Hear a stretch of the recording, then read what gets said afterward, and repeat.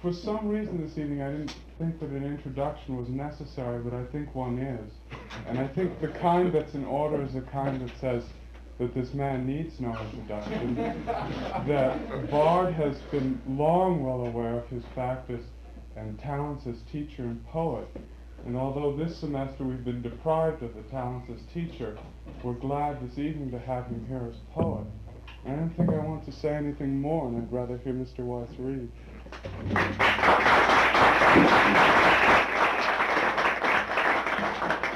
Well, perhaps if I don't need an introduction, I don't need to read either. Which might be pleasant. We could all break it up and go over to Mike's or wherever one goes these days. Either that or wait for this evening. I have... Nothing like being a guest at home, you know? But I must say I have a perfect instinct. I see it. I didn't know what was happening, and yet I knew this was the time to come back. Even 6 weeks ago when we decided I ought to come. So, I mean to say nothing about this evening. That is, about this evening after this evening. Except that I was immediately reminded of Princeton, surprisingly enough. And I think I'll repeat something that I repeated to Richard on the way over. I was at one of the many eating clubs at Princeton, and the young man with whom I went there said to me, the club next door is the famous one for goings-on. And I said, well, why aren't we there? Then he said, just the other day, something happened, or the other night, or the other morning, something happened which made them lose their privileges. And that the word privilege is a very significant one at Princeton. And I said, well, what were they up to? Well, 8 boys and girls were caught in the morning playing volleyball. I said, well, that sounds like spirited good fun. After all, you know, as I do, Princeton is very fond of sports. What's wrong with that? Well, they just happen to have no clothes on. Well, I found myself saying, I hope at least a net was on. So, as I say, Princeton has prepared me for this evening. If my long life here hasn't prepared me. It does smell and sound and taste very much the same. I feel as though I've never left. And things are exactly where I left them. It's very reassuring. I see now I can go off for about 20 years, come back, there my old chair, my old pencil, and my old students will be. Well, I suppose I'm supposed to read.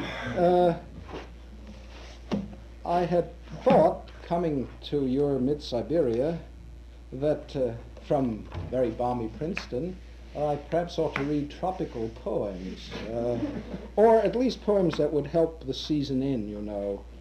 But who am I to pay attention to such things?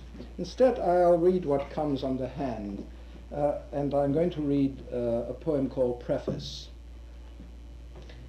As it happens, oddly enough, many of the poems seem to derive from this neighborhood, perhaps from the profound fact that I've lived here for 20 years.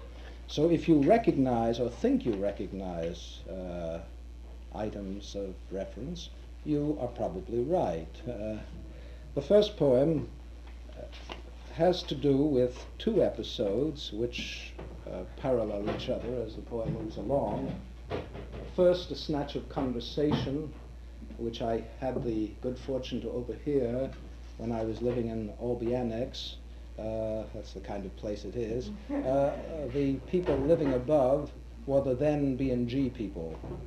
And I was very grateful to get something from B&G. Especially something I hadn't asked for.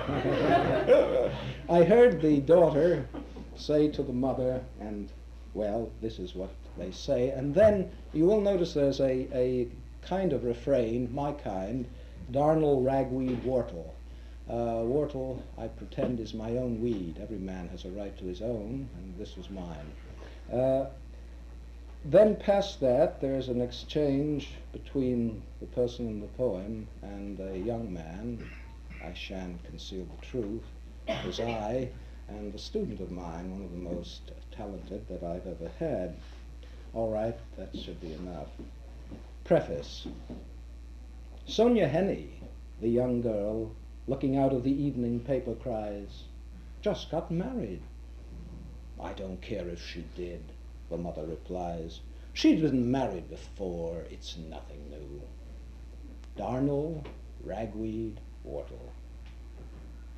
And turning to me, the young poet tries to say once more what weeds mean to him. Luscious weeds, riding high, wholly personal. Oh, go ahead, hack away as much as you like. I've been thrown out of better places than this.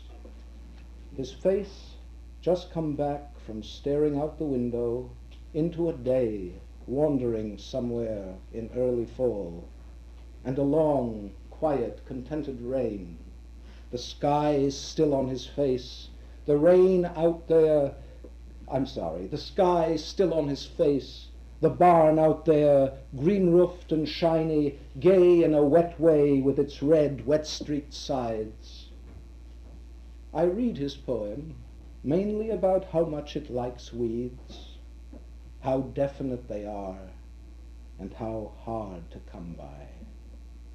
I say, like all the rest, only their own face will do, each a star squinting through 30,000 years of storm for its particular sky. And as though a dream should try to recollect its dreamer, we look out across the long highways of rain. Look out, darnel, ragweed, whortle.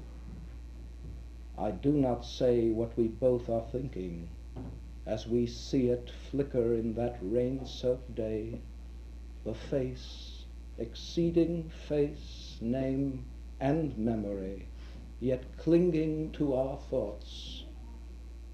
Black against the sky, a flock of cranes shimmers, one unbroken prickly rhythm, wave on wave, keeping summer jaunty in its midst.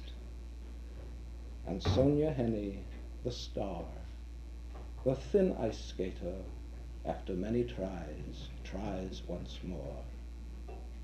The poem's not right, I know, though I worked at it again and again, I didn't get those old weeds through.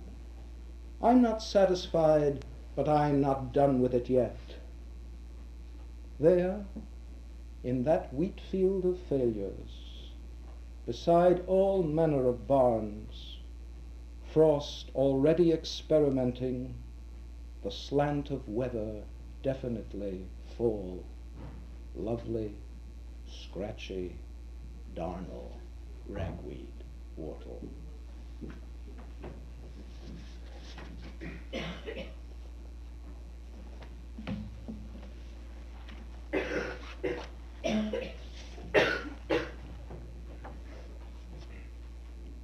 A more recent poem with a similar theme,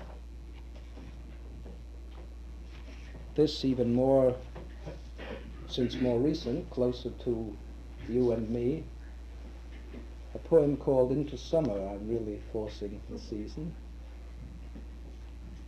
Since I live at the bottom of the hill, the little field is my moment's grace before I plunge into the maelstrom of barn. As I leave the house and walk up that hill, I prepare, and as I leave barn and go back, I cleanse.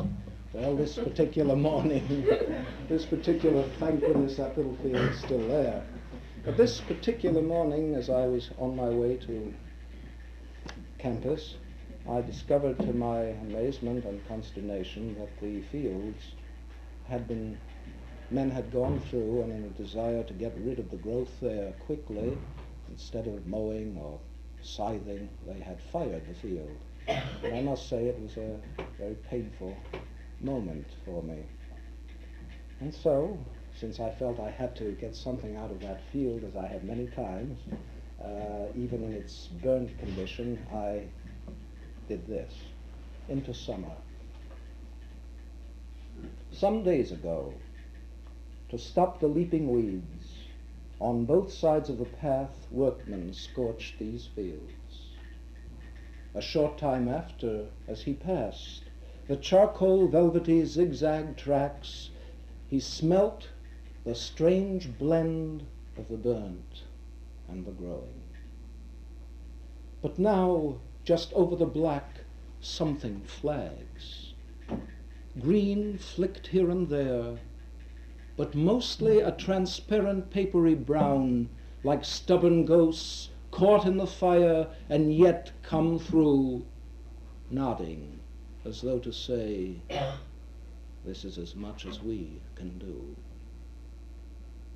And he who tried to pierce the classroom tedium, to move his students to a grove, a clearing where the green remains, recalls some struggled into words, then fallen back, eyes flickering a second as though caught with sun, and they, like one's best hopes and feelings, singed, yet wrangling through, knowing nothing but the need to go on into summer,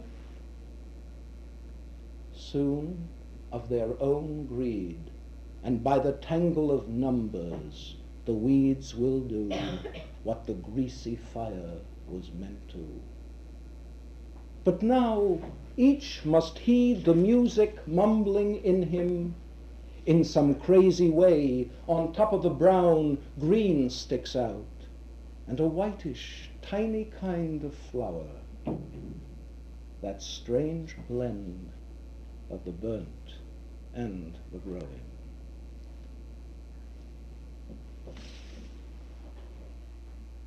Well, since fire seems the theme, let me continue with fire.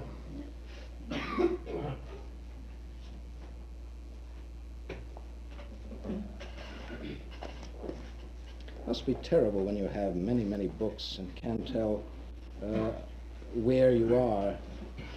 I suppose then you see to it that you're collected in one book. And, oh, really? That's the wrong one.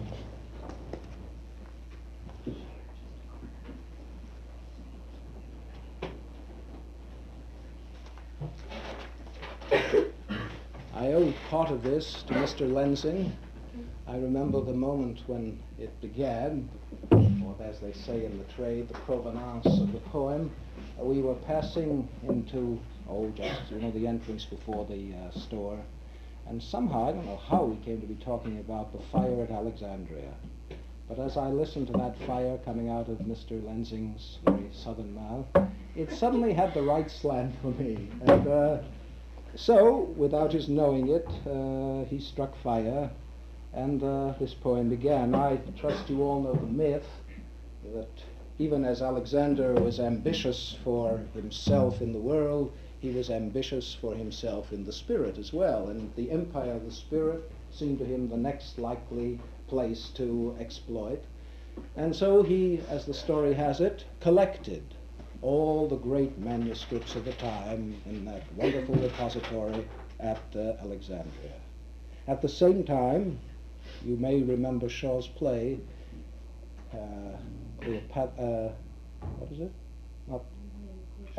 Caesar and Cleopatra. You remember that wonderful image where as the fire is starting, she suddenly has herself transported before Julius, and she has herself unrolled.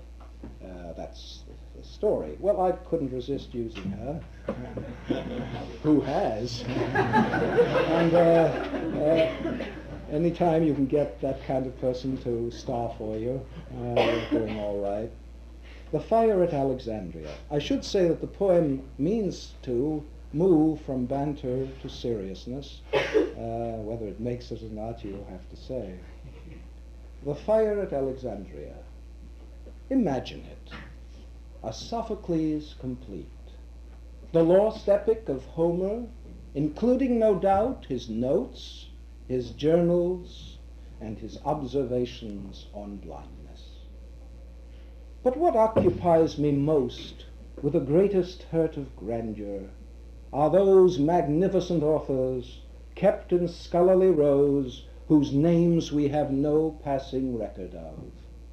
Scrolls unrolling Aphrodite, like Cleopatra bundled in a rug, the spoils of love. Crated masterpieces on the wharf and never opened, somehow started first, and then, as though by imitation, the library took. One book seemed to inspire another, to remind it of the flame enclosed within its papyrus like a drowsy torch. The fire, roused perhaps by what it read, its reedy song, raged Dionysian, a band of Corybantes down the halls, now headlong. The scribes, despite the volumes, wept, unable to douse the witty conflagration, spicy too as Sappho coiling melted with her girls. The Nile no less reflecting burned, saw splendor fled, a day consummate in twilight ardencies. Troy at its climax, towers finely topless, could not have been more awesome, not though the aromatic house of Priam mortised the passionate moment. Now, whenever I look into a flame, I try to catch a single countenance. Cleopatra, winking out from every joint. Tiresias, eye to eye. A magnitude long lost, restored to the sky and the stars he once struck unsuspected parts of into words. Fire, and I see them resurrected, madly crackling perfect birds, the world lit up as by a golden school, the flashings of the fathoms of set eyes.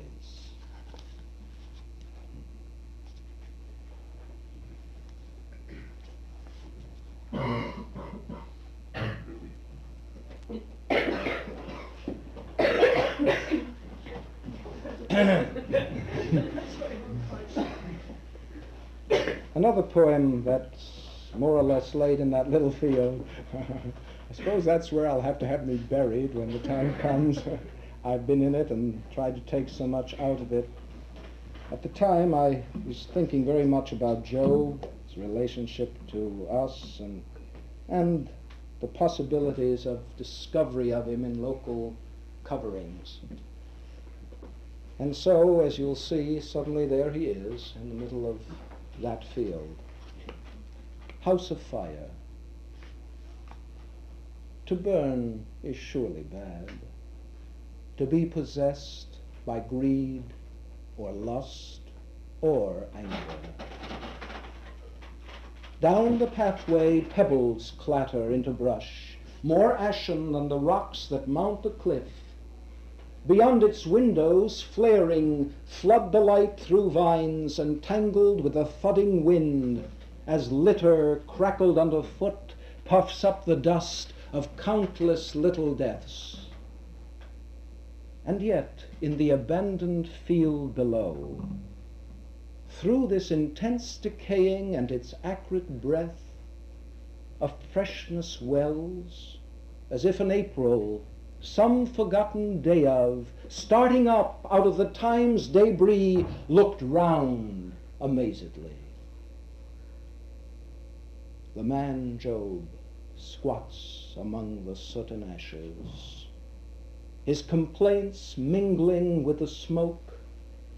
He sifts with peeling fingers cinders of that once his boundless joy, sheep, camels, oxen, and she-asses, 7 sons, 3 comely daughters, the tender dewy branch unceasing, who guaranteed the generations of his name as of his various unique features, and his fame, gone through the streets, a bounteous morning to proclaim him. these sift, soft flakes breaking in the flurry of his cries. Yet what lust, or greed, or anger, what burning in this house of fire beyond what becomes a man? That man who girt up his loins according to the Lord's command? And sifting flakes, he strews them in a drunkenness of despair about his head, the last fruits of his efforts, the folly of all living. Surrender all, the whirlwind says. Whatever endeared you, even as it made me dear to you, no less lovely than the first arriving leaves at falling. Through the nakedness the mighty music unmitigated enters. Dew all night and ice upon the branch, the cedars cleaving in the wind, like a huge flock gathering in the boughs. Each tree achieves its height the moment when it crashes. And yet that leveling wind, did he not summon as witnesses his freckled, much-loved creatures, numberless as leaves, yet loved for individual, self-willed features, maned flamboyant, hoof and nostril bristlings of the mine of fire, the horse that leaping forth saith, Aha! No less to battle than to pelting hail.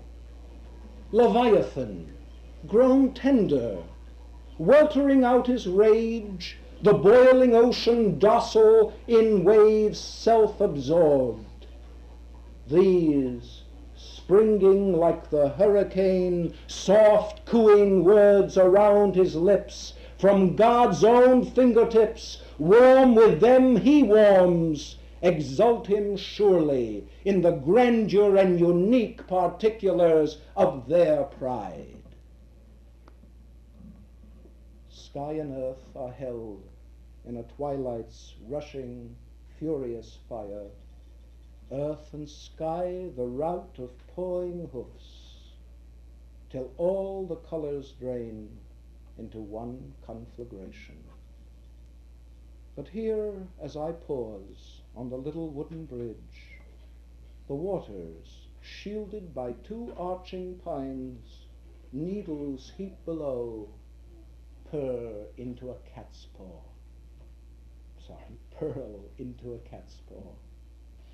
Coolly, the ripples from one side, pursuing their dappled course, are crossed like a shuttle by ripples from the other, till they pour together, yet still themselves in the next step of their streaming.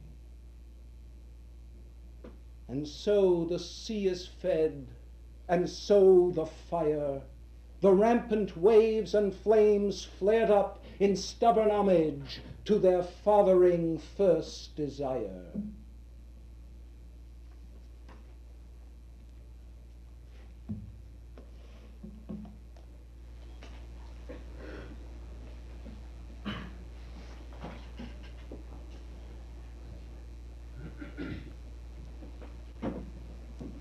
The next poem, The Moral, has to do with the strange fact, never stranger than now, I think, the strange fact that we are amazingly dependent on men who in themselves may seem to come to not a great deal. I often think how strange it is that the heroes of our time, certainly the literary heroes, have been men like Baudelaire, Rimbaud, desperate, desolate souls in many ways. And as I thought of them and then thought more immediately of my own world, the men in my own background, the harried, anguished lives, and yet the sweetness and the kindness that I derived from them, I suddenly realized what a strange thing it is indeed, how, though those men and our time may have been an anguish and a conflagration, how they still in some strange and wonderful way light us. I must admit, only after I wrote the poem did I remember how much Dante had made of this. You remember Virgil, as he's about to leave Dante, Dante says, "And I saw that he was a fire that would lead me, even though he could not be led by that fire." Well, I hadn't such ambitious and, let's say, pretentious antecedents in mind when I wrote the poem. It's always nice. In fact, I didn't remember it at first myself. A student of mine, one of my best certainly, one of our best, came to me and said, "Oh yes, Mr. Weiss." And then I was both pleased and a little disturbed, and I said, "Well, maybe I've taught her too well." Not really. The moral. The dark figures lunged ahead out of their twisted lust for heaven and the stars, into the sea, into the dirt, your father, mine, and that benighted company. Ares' predatory birds grow sleek in, their lives crackling like holocausts. The concentration camps where tortures working out hell's ideology excel. Those sounding through our minds like bells, ringing us into the catacombs that man can be. Shall they also light us? Lead us through the midnight of our days? We have warmed our hands at many strange fires and strayed. The summer's dew's harp has twanged out hot blues of some superior pain. Its fireflies faraway torches for a pilgrimage to altars crammed with sacrifices. Cries, backs bent, glistening in bloody sweat to accurate gay lashes.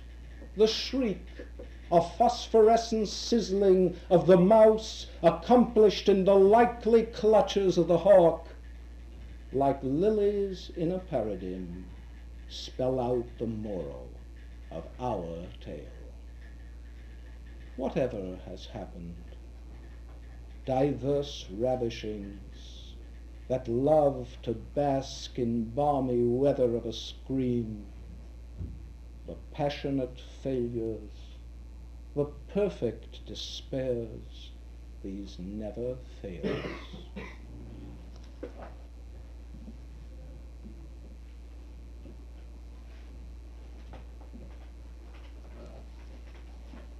A poem which carries on past that, really, even more personally in a way, and at the same time with humor, a kind of humor that only the end can offer. A poem called On Stuffing a Goose. Again, a poem which owes very much to Bard. If I go on this fashion, Mr. Klein will begin to take my salary back. As the poem says in the beginning, after overhearing some students talk knowingly of D.H. Lawrence, it was a rather wonderful moment. I think it was in the store, and I heard too, no doubt, fresh or stale out of the classroom, talking very knowingly about D.H. Lawrence, and I thought, how sweet and how absurd. And then I thought of myself as a teacher. Like every other teacher I know, certainly more than my betters, I know them. We can tell you everything about what happened to Lawrence, what happened to Nietzsche, where they went wrong, how they went right, you know. And then this peculiar sense of a great man, as great in some ways as our time has been able to produce, this great suffering man whose life, again, like those dark ones who light us, becoming so important and then chewed over by so many of us again and again and again. Well, that image, those two, and Lawrence, I stuck away in my mind. I find this is sometimes the way it works with me. And then a little later, and I knew it was not enough, a little later, I suddenly had a sense of something my father did. My father was a great lover of animals. He loved them so much that when it was necessary, at the right moment, he would indeed kill them and eat them. It was a complete love. And I remembered suddenly with marvelous accuracy going with him at times into the cellar to watch him stuff a goose. And suddenly there was Lawrence, and there were we, being stuffed, you know, for who knows what feast. Well, on stuffing a goose. Is this fame then, and what it is to be really alive, to go on living after flesh having failed,